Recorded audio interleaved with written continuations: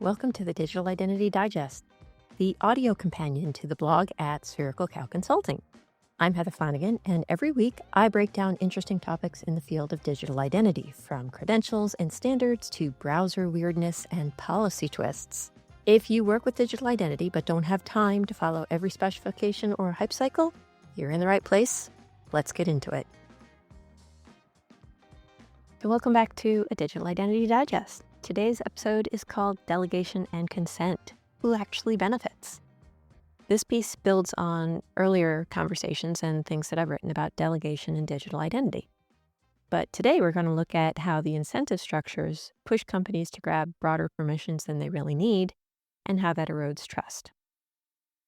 So, when not distracted by all the AI news, which you have to admit is very distracting, I've been thinking a lot about delegation and digital identity, right? We have the tools that allow administrators or individuals to grant specific permissions to applications and services, which is great and necessary.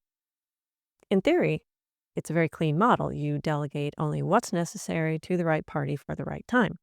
Consent screens, checkboxes, admin approvals are all supposed to embody that intent. Unfortunately, the incentive structures don't encourage restraint, right? They encourage permission grabs. They reward broader access, not narrower. And when that happens, what should be a trust building mechanism turns into a trust eroding practice. Now, delegation protocols like OAuth were created to solve a very practical set of problems. How can an application act on your behalf without you handing over your password?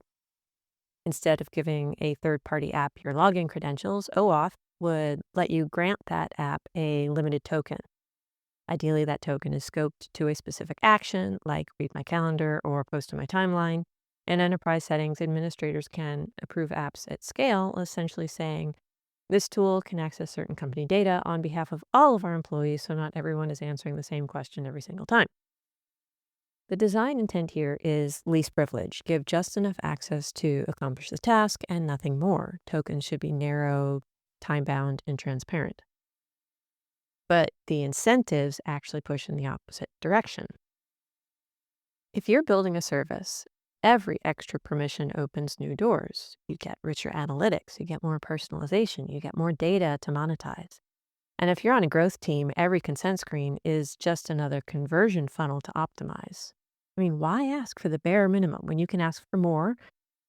Especially if it means most users will just click accept without a second thought, and they'll be happier, right? There'll be fewer clicks. Well, the result here is permission creep. Studies of Android apps show that popular apps tend to add more permissions over time, not fewer.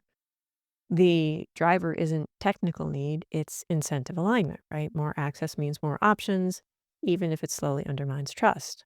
It's basically a scope inflation. When read metadata from one folder becomes read and write every file in your cloud drive, from a security perspective, that's just absolutely absurd. But from a business perspective, it's a very rational trend to follow.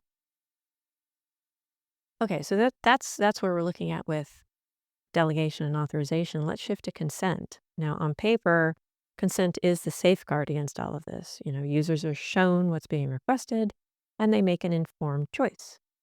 In practice, consent is manufactured, right? Consent screens are optimized like landing pages. The language is designed to minimize friction. Buttons are designed to maximize acceptance. Consent rates are tracked like any other metrics. And the tactics tend to become very familiar. You've got your dark patterns, like cookie banners where accept all is a big, bright button and reject is hidden in gray, a little gray link. Regulators in Europe have called this out as very manipulative behavior.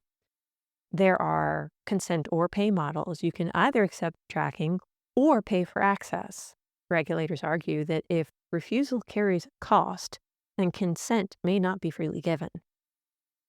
Another common tactic is consent fatigue. When users see banners and prompts dozens of times a day, they stop reading. They just click through. And at that point, it's, again, not informed consent. It's just consent theater.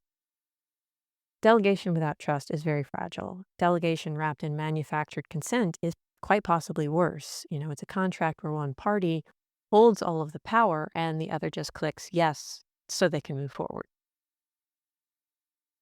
So you might think this is mostly a consumer problem, with cookies and mobile apps, but enterprise delegation and consent has its own risks. So consider Microsoft 365 and Entra ID. Enterprise can let third party apps request access to organizational data, and to reduce friction, admins can consent on behalf of the entire company. It's very efficient, but it's also very dangerous. Attackers exploit this through what's known as consent phishing. That's actually a term that you can search on Microsoft's website. They trick an admin into approving a malicious app with broad permissions, and once approved, that access is durable and very hard to detect. Microsoft now publishes playbooks on how to spot risky OAuth apps. And they do that because the incentive tilts towards convenience. An overworked admin clicks approve for the organization once, and the attacker has a foothold. For admins, it's about keeping work moving, and for attackers, it's just a gift, and for employees, it's visible until it isn't. If the incentives reward broader access, well, then who's responsible for reining this in? Well, increasingly, that's the regulators. In the US, the Federal Trade Commission has penalized companies for collecting data without proper consent or under misleading labels. Disney, Mobile Walla, and others have been forced not just to pay fines, but to change how their products are built. In Europe, the IAB's transparency and consent framework, the backbone of so much of ad tech, has been ruled non-compliant with GDPR in several critical ways. Courts have said its consent strings are personalized data, and that consent at scale does not actually equal valid consent. Regulators have also zeroed in on that consent or pay model, explicitly saying that model undermines freely given consent. Now, what's happening here is regulatory realignment of incentives.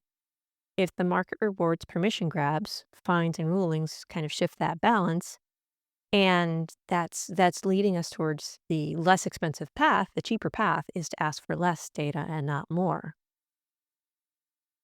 Now, the interesting thing is, from the user's perspective, this isn't as invisible as you might think.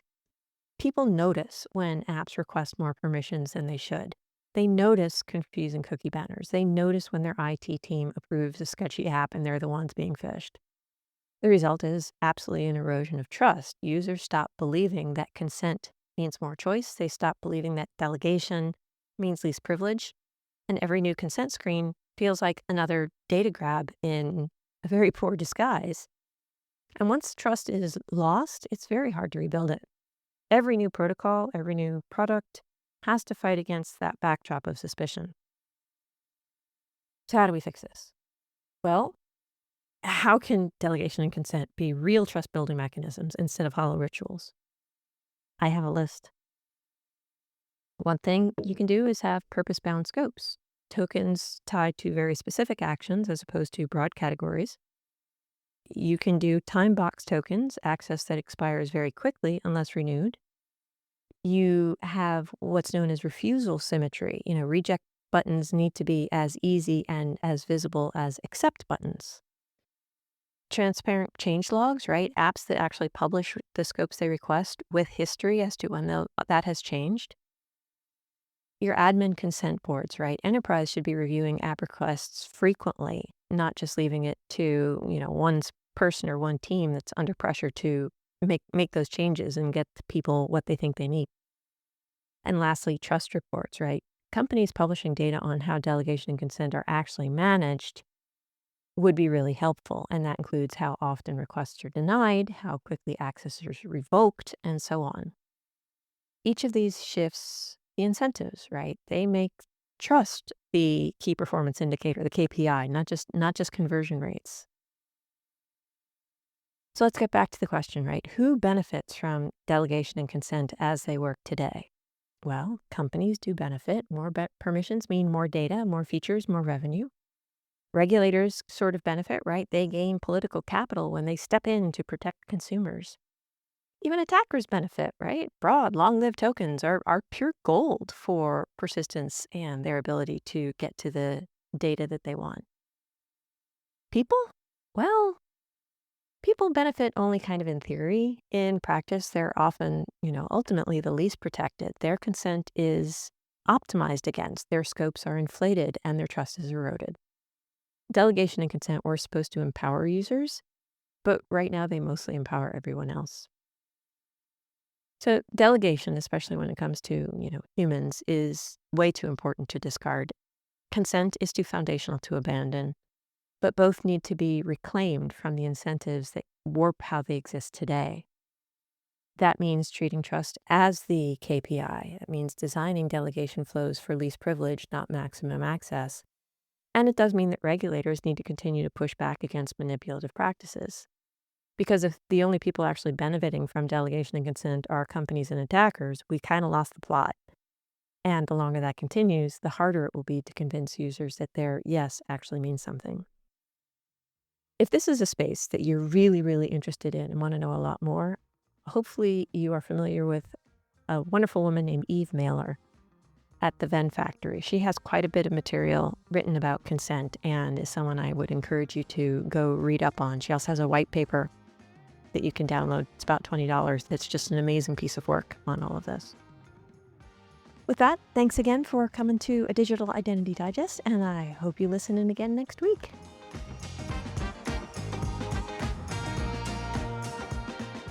And that's it for this week's episode of the Digital Identity Digest.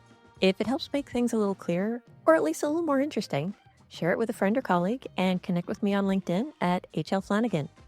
And if you enjoyed the show, do be sure to subscribe and leave me a rating and review on Apple Podcasts or wherever you listen to podcasts.